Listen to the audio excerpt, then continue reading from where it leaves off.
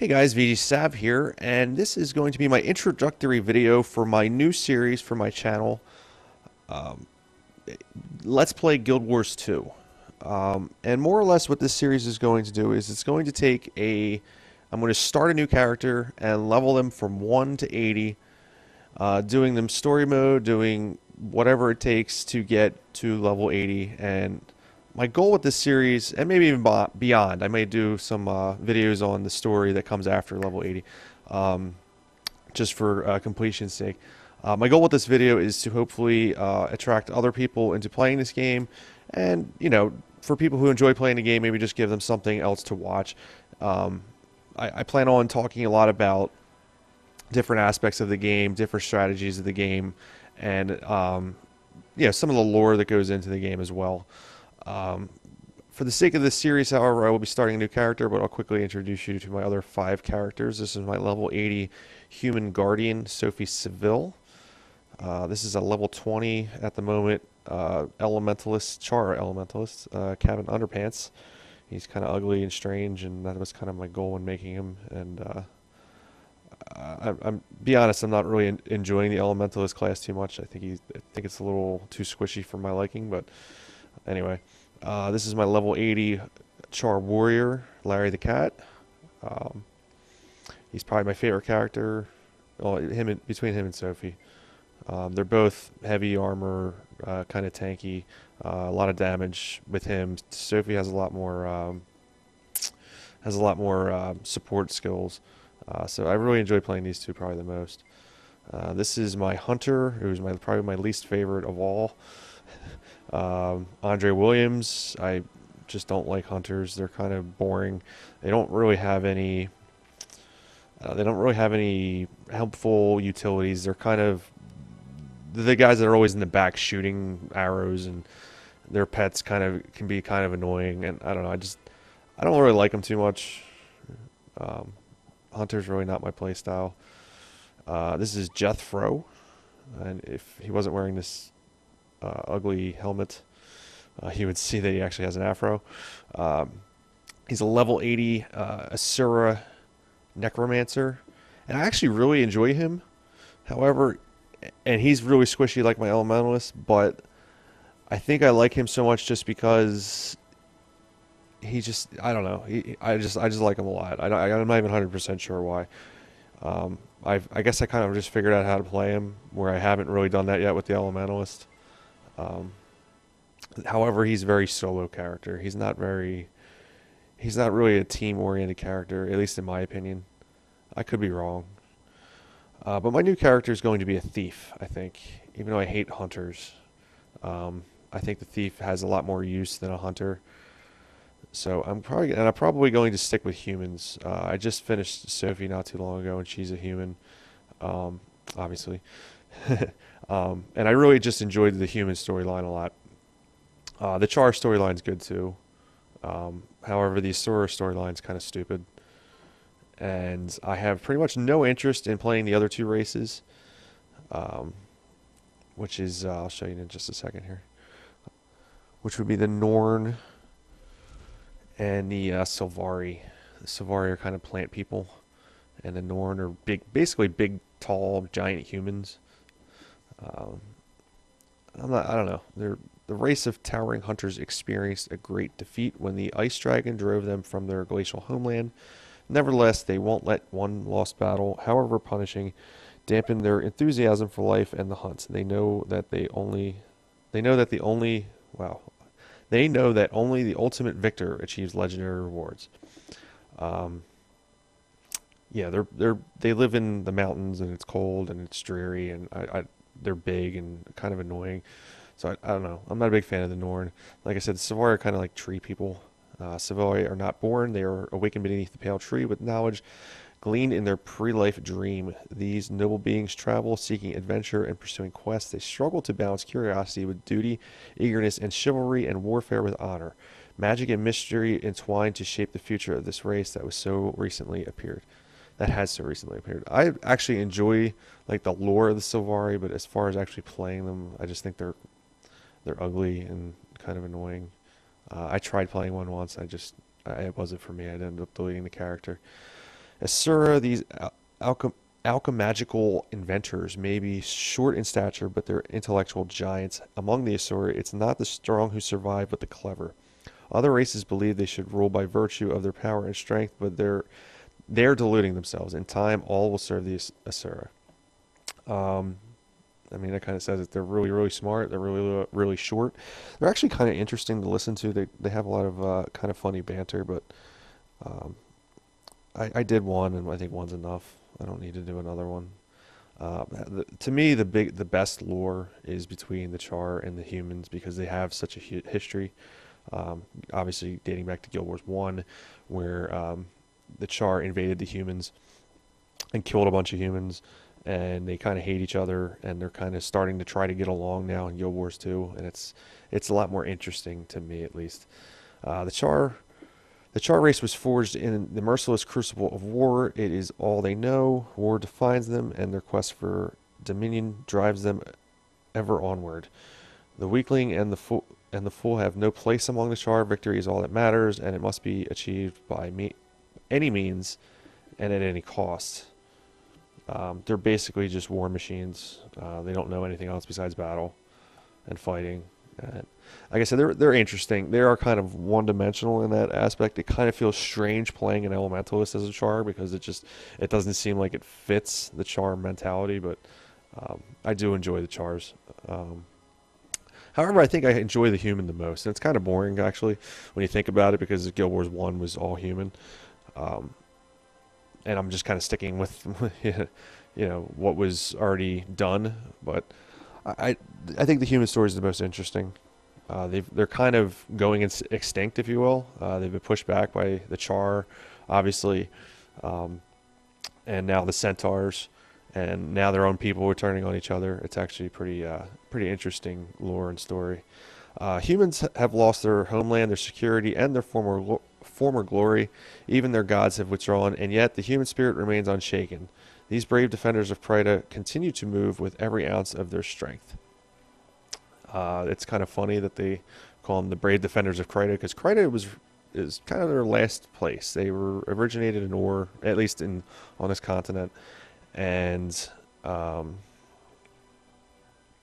Ur is in the ocean. Actually, it's up from the ocean now with a bunch of undead. We'll get into that later, but basically, and then Ascalon was taken from them by the Char in the previous Guild Wars. So now Krita is all they have left on this continent. So it's kind of funny to me, at least, that they mention that. Between male and female, I'm going to take another female character. I just enjoyed playing female. And we're going to go with a thief, but I'll go through all 8 classes for you real quickly here. This is the Elementalist. Elementalists have harnessed Tyrion's natural forces. Tyrion is the name of the continent, by the way. The name of the... well, no, I'm sorry, the name of the world. Or is it the continent? It actually might be the continent. I have to look into that. Elementalists have harnessed Tyrion's natural forces. Their power of destruction are drawn from infinity with the 4 elements that make up the world. They conjure air, fire, earth, or water to assault their enemies. Elementalists wear light armor. And there's the ranger. I think I called him a hunter. The rangers. I get them confused because ranger is basically a hunter. Rangers are proficient with the bow. They rely on keen eye, a steady hand, and the power of nature to slay their targets. They're loyal pets, which rangers tame and train, distract enemies while the rangers strike safely from a distance. Rangers wear medium armor. Boring to me. I don't know. Necromancers are masters of dark arts. They summon the dead to fight for them, channel blood energy, and rend their enemies souls. Okay. Necromancers draw life force and use it to strengthen or heal themselves, and others necromancers wear light armor. I think the necromancers are really cool. Maybe that's why I like it so much, but they are squishy and kind of the fact that I actually enjoy my necro is kind of strange. Figuring I don't really like squishy characters. Warriors are masters of martial arts. They rely on speed, strength, toughness, and heavy armor to survive. They're versatile in combat and benefit from offensive and defensive abilities. Warriors inspire allies and demoralize enemies. Warriors wear heavy armor. Guardian. Guardians specialize in protective and defensive magic. A deep sense of loyalty to their allies fuels their passion and power. They're also skilled with a variety of weapons, which they put to good use against their enemies. Guardians wear heavy armor. We'll skip Thief because we're going to do that one. Engineer. I don't know why anybody would be an engineer personally. I think they're probably one of the most useless classes in this game. I guess they're a good solo class, but as far as playing in a party, it just I don't know. They seem even solo like I think they're almost meant to be a party class, but they're useless in parties. I mean I don't know. Engineers are technological and alchemical masterminds. They employ turrets, grenades, elixirs, and a variety of other impressive devices and concoctions to overcome their enemies. Engineers wear medium armor. Mesmers are basically, I think you probably should be a female if you're going to run a Mesmer. It just seems like all the female humans in this game are Mesmers. NPC characters are Mesmers. It's a very, basically, well, I'll just read it to you. Mesmers are Meisters of Mirage. They weave mental magic that confounds, controls, or evokes emotion in their enemies. With a wave of their hand, they can shatter their own illusions to produce even greater special effects. Mesmers wear light armor. They're basically masters of illusion and masters of the mind. They can make you see things that aren't there, and they actually make illusions that are there but aren't really there, if that makes any sense. And I'm going to be a thief on this character in this playthrough. Thieves are adept at the art of stealth. They utilize surprise and shadow to get close to their enemies, and they're deadly in one-on-one combat. They have an affinity for setting traps and going where they were never meant to go. These wear medium armor. Let's make her short. No, let's make her tall. I think I made my last female short, so let's make her tall. There's a couple different body types. I don't know if I want to have a big butt. No, not really. Head options. Choose a face, basically.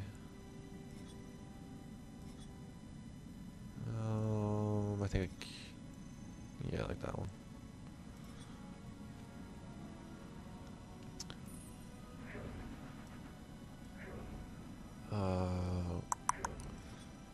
I'm not gonna get too detailed with this. Brown hair, brown eyes. It's kind of boring, right? Yeah, I'm not getting too much. I didn't change your hair though. Yeah, I can change your hair. I don't like the short hair. What did I just do? I just changed your face. Your hair's down here.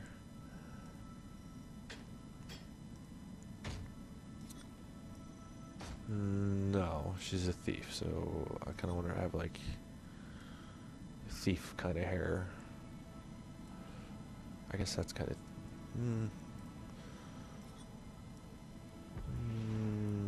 Nah, I think I like this one.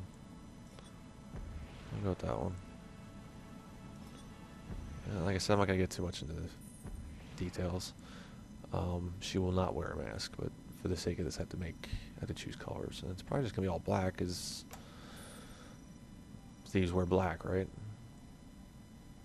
I can change this as soon as I get out of here too, because I have a lot of other colors.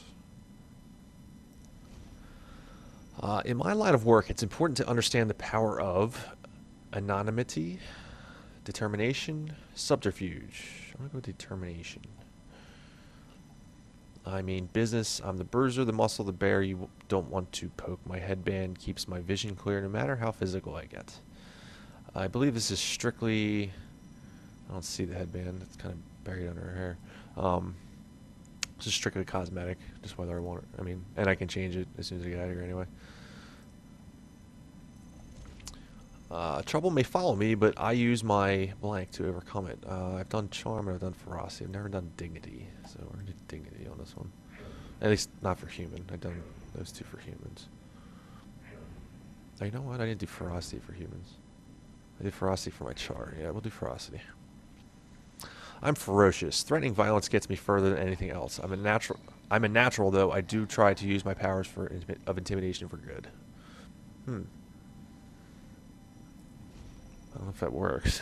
You intimidate somebody for good. I've done in the streets and among the nobility prefer humans. I'm going to do common folk. I was raised by the common folk. I was raised among the common folk of Divinity's Reach. We're the working class, the cogs that keep the city running. I help out at the tavern owned by my friends, Andrew and his daughter, Petra. One of my biggest regrets is that never searched for my true parents. I never recovered my sister's body. I passed up the opportunity to perform in the circus. I've actually never done the circus, so we're going to do the circus on this one. When I was young, I had the opportunity to perform in the circus, but I turned it down. To this day, I'm sorry I didn't leap at the chance. Not quite sure why you'd want to be in the circus, but everyone said I was blessed by blank when I was young. This is actually the 6 gods of the human that the humans believe in. Balthazar, the god of war, fire, and challenge. Grenth is the god of darkness, ice, and death. Dwayne, the goddess of healing, air, and life. Melandru, the goddess of nature, earth, and growth. Lissa wears many masks. She's the dual-faced goddess of beauty, water, and illusion. And Cormyr is the goddess of order, spirit, and truth. I think for my thief, it would make sense if I did Grenth, god of darkness, or Balthazar, or fire. Actually, no, I'm thinking about it. I'm gonna go Balthazar. I don't even know if it makes any difference, to be honest with you. Except maybe some lines in the story mode. And I think the name I picked works. Darla DeVille. Yeah, Sophie Seville and Darla DeVille.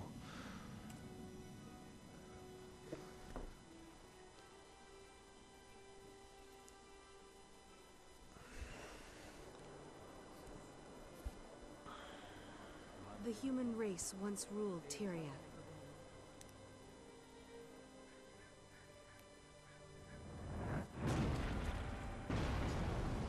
Now, we struggle to hold our ground. We've been defeated, driven back, and broken. But we will not surrender. So many nations have fallen. Only Kryta still stands. Our faith is strong, despite the silence of the 6 gods.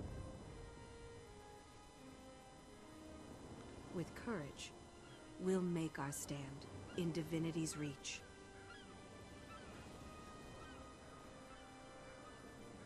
The city is my home. I was born to common folk, just one among many. My friends and I don't seek attention or glory. It's hard enough making ends meet. But I believe we can still shape a brighter world out of the ashes of the past. Today, I stepped outside of Divinity's Reach to see the world.